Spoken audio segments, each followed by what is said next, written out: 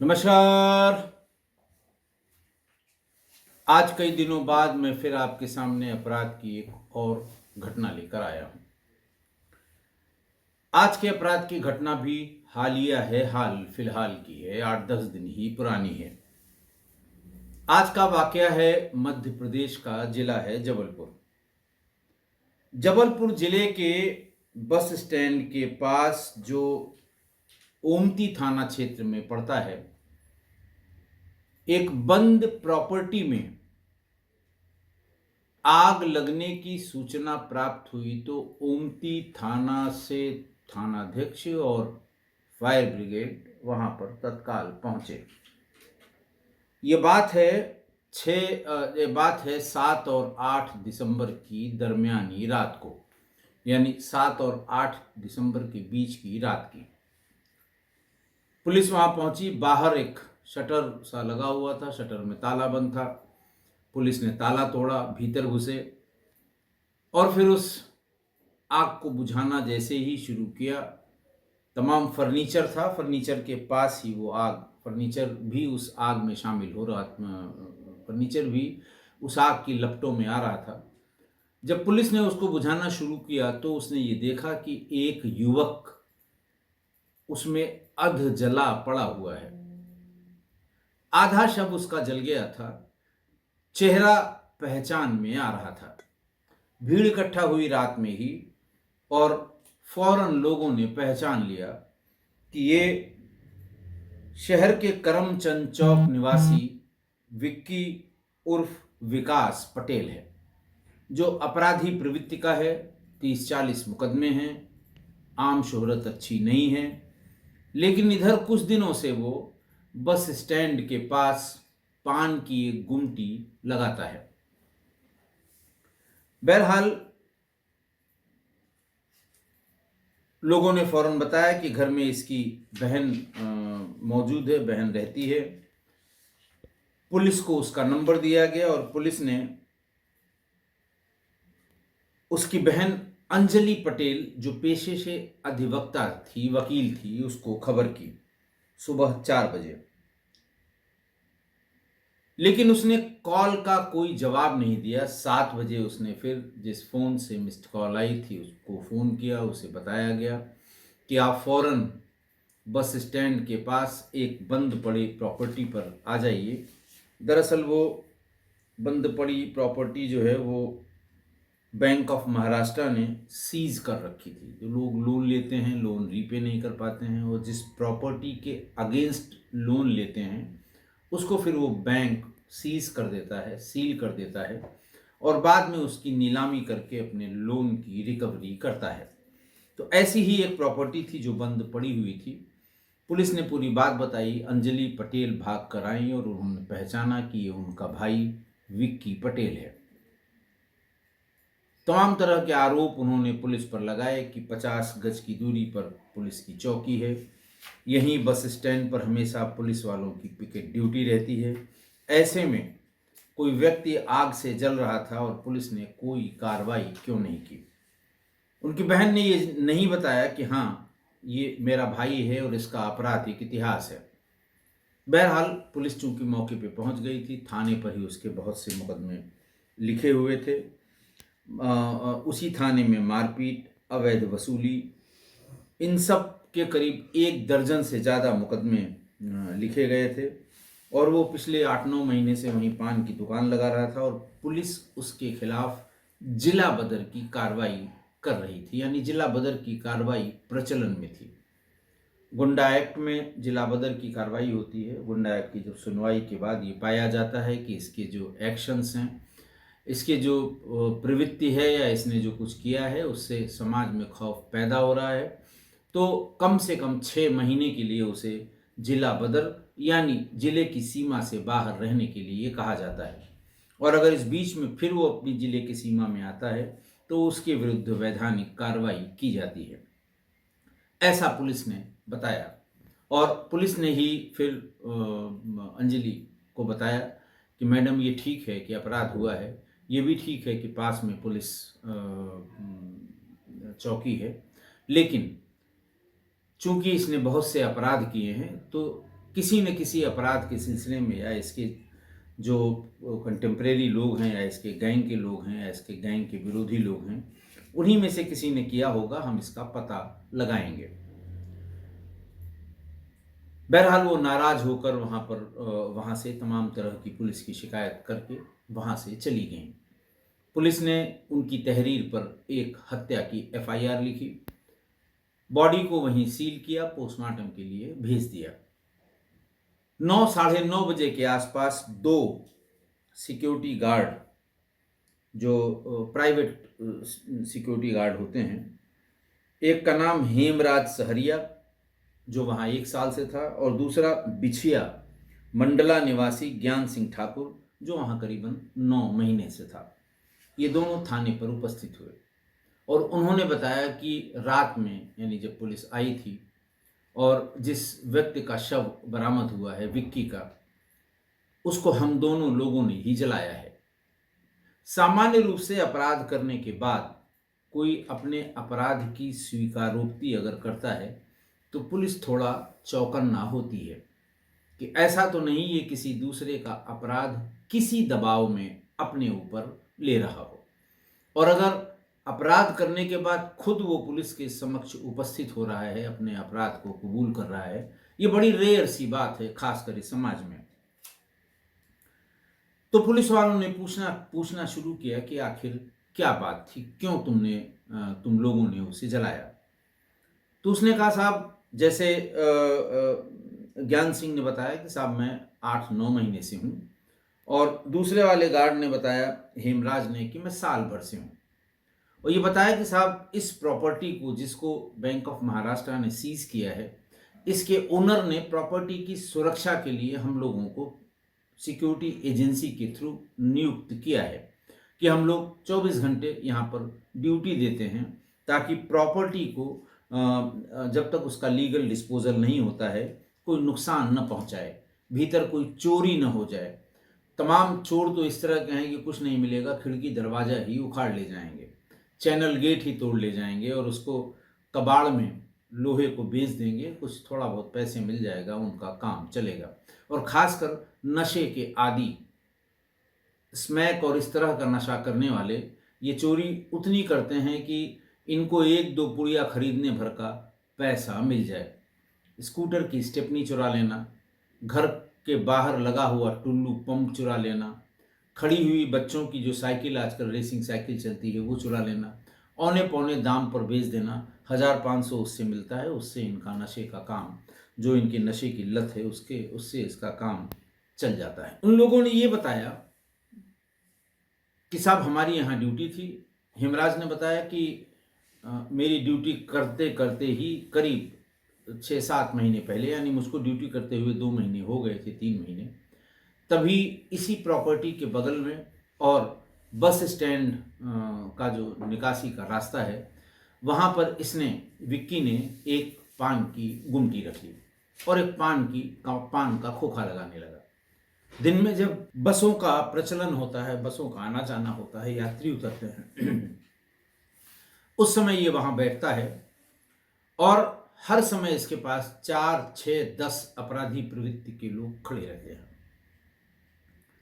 शाम को दुकान बंद करके जाते समय ये शराब पीता है उन्हीं लोगों के साथ जो दिन में इसके साथ रहते हैं। हम लोगों को जब शुरू से उसने देखा, और दूसरे गार्ड ने ये बताया, ज्ञान सिंह ने, कि साहब हमने जैसे ही यहाँ पर ड्यूटी देनी शुरू की थी उसी समय इसका खोखा, इसका ये जो इसकी गुमटी थी वो लगाई गई थी। महीने 2 महीने बाद ही आते जाते ये हम लोगों को गाली देने लगा। कभी कभी जैसे दुकान बंद करने को हो तो बुला के कहता था, जाओ मेरे लिए शराब ले आओ। तो साहब हम लोग ड्यूटी कर रहे हैं, जो ड्यूटी का स्थान है उसको छोड़ के जा नहीं सकते थे। शुरू में हम लोगों ने रजिस्ट किया, लेकिन उसके बाद इसने मारपीट शुरू कर दी। हम लोग अपने सिक्योरिटी एजेंसी के मालिक के पास गए, जो उसके मैनेजर थे, कि साहब वहाँ से कहीं और ड्यूटी हमारी लगा दीजिए, वहाँ पर ये फला आदमी है और वो हम लोगों को रोज़ तंग करता है, रोज़ गाली गलौज करेगा, शराब पिएगा, खाना नहीं खाने देगा, दुनिया की बात। हालांकि इन सिक्योरिटी गार्ड्स ने कहा कि साहब शराब हम लोग भी कभी कभी वहाँ पीते थे और ये भी साथ में शामिल हो जाता था और हम ही लोगों की शराब ये पी जाता था। तो मैनेजर ने कहा कि देखो, हमें बवाली लोगों की ज़रूरत नहीं है। इस तरह का झगड़ा ड्यूटी स्थान पे करोगे तो अगले महीने से मत आना। जाओ कहीं और नौकरी तलाश करो। लेकिन बेरोज़गारी का आलम ये है कि सिक्योरिटी गार्ड की नौकरी करने वालों के लिए उतना ही पैसा बहुत होता है, तो वो मन मार कर फिर रुक गए।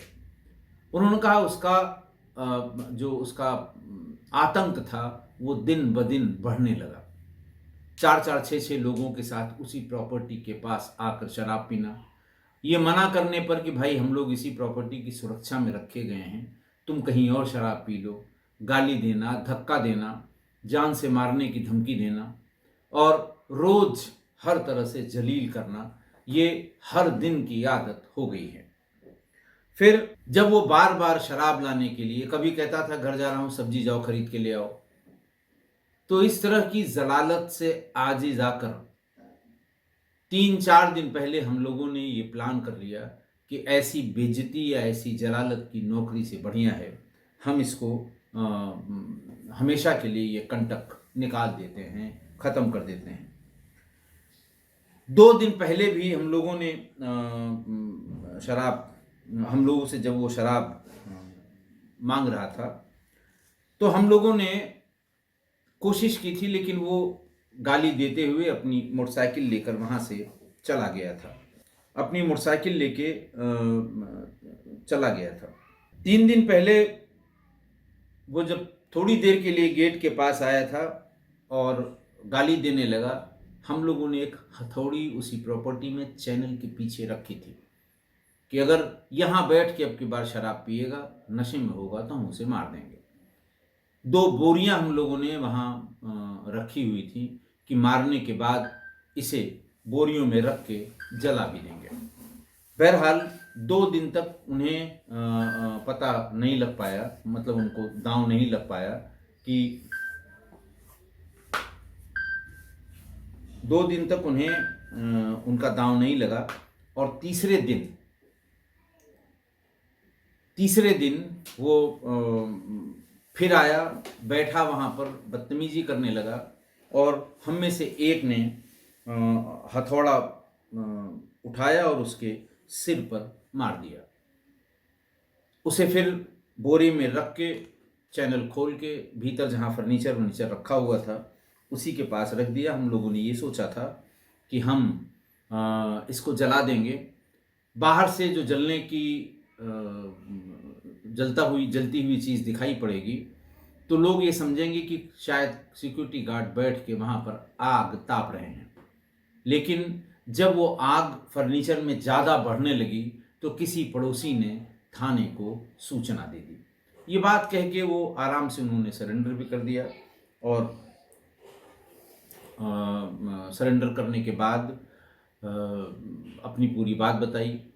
पुलिस को यकीन हो गया कि जो बात ये लोग कह रहे हैं, क्योंकि अपराधी प्रवृत्ति का था, इसी तरह की उसकी आदतें थीं, तो ये लोग जो कह रहे हैं इनकी बात में दम है। और फिर उन दोनों को गिरफ्तार करके जेल भेज दिया गया। थाना प्रभारी राज सिंह बघेल बताते हैं कि 2-3 बार उसने इन लोगों के साथ बैठकर शराब भी पी थी। शराब पीने के बाद इनका विवाद भी हुआ था। फिर देख लेने की धमकी के बाद ये बात ख़त्म हो गई थी और ये बार बार वो कहता था कि हम तुम्हें यहाँ नौकरी नहीं करने देंगे।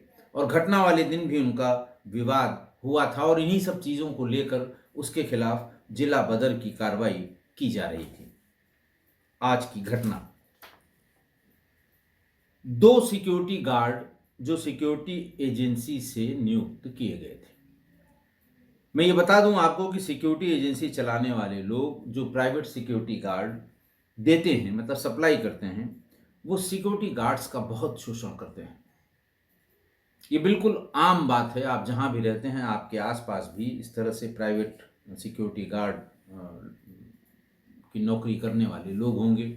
एक नीले काले कलर की एक वर्दी होगी, बैज में यहाँ सिक्योरिटी लिखा होगा, हाथ में एक डंडा होगा तो ऐसे डंडे या लाठी से जिनको ड्यूटी करनी होती है, उनकी तनख्वाह जो उन्हें हाथ में मिलती है वो 12-14 हज़ार से ज़्यादा कभी नहीं होगी।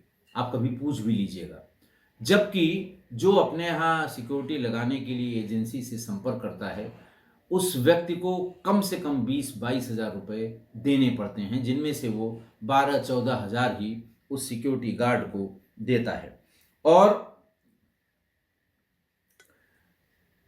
अगर ऐसे सिक्योरिटी गार्ड वाले के पास लाइसेंसी एक नाली या दो नाली बंदूक है, तो उसको 25,000 रुपये तक महीने में मिल जाते हैं। अगर उसके पास लाइसेंसी रिवॉल्वर या पिस्टल है, तो उसे किसी की पर्सनल बॉडीगार्ड का अगर किसी को ज़रूरत होती है, तो वो फिर उनको देते हैं, उन्हें 30-35 हज़ार रुपये मिलते हैं। लेकिन एजेंसी ऐसे व्यक्ति को जिनको वो प्राइवेट सिक्योरिटी की तरह इस्तेमाल करने के लिए भेजती है, उनसे 50 हज़ार से कम नहीं लेते हैं।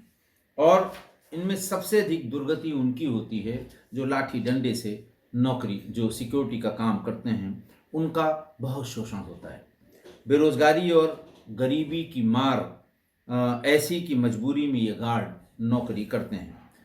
आप देखते होंगे कि गांव या छोटे कस्बों से जब महानगर की तरफ घर के दबाव में या खुद की परेशानी में नौकरी की तलाश में जब लड़के आते हैं, तो उन्हें पहली नौकरी यही है जो बहुत ज़्यादा हील हुज्जत नहीं करनी पड़ती, ये नौकरी मिल जाती है। सिक्योरिटी एजेंसी में जाते हैं, वो कहते हैं ठीक है 8,000 रुपये देंगे, 12 घंटे वहाँ पर ड्यूटी करनी होगी, लाठी हम देंगे, वर्दी हम देंगे, जाओ बैठो वहाँ पर। तो वो उसी 8,000 10,000 में, जो थोड़े पुराने हो जाते हैं वो 11-12 हज़ार तक जाते हैं, लेकिन उसी 8-10 हज़ार में उसे अपना पूरा खर्चा थोड़ा बहुत बचा के घर वालों के लिए, और खाने रुकने की अगर जगह नहीं है तो रुकने का खर्चा नहीं। बेचारे ये तो ज़्यादातर प्लेटफॉर्म पे या इधर उधर भी अपनी दिनचर्या गुजार लेते हैं और महीने का खर्च इसी पैसे में चलाते हैं। और अगर कहीं उन्होंने कोशिश की कि साहब यहाँ ये दिक्कत है वहाँ दिक्कत, तो उन्हें फ़ौरन निकाल देते हैं, क्योंकि बाकी लोग भी हमेशा तैयार हैं इस तरह की नौकरी करने के लिए। और मृतक ऐसे ही 2 सिक्योरिटी गार्ड्स को रोज परेशान करता था। एजेंसी वालों से शिकायत करें तो वो यही कहते हैं कि तुम बहुत बवाली हो, रोज बवाल करते हो, जाओ निकल जाओ, दूसरी जगह देखना, अगले महीने से मत आना, पहली तारीख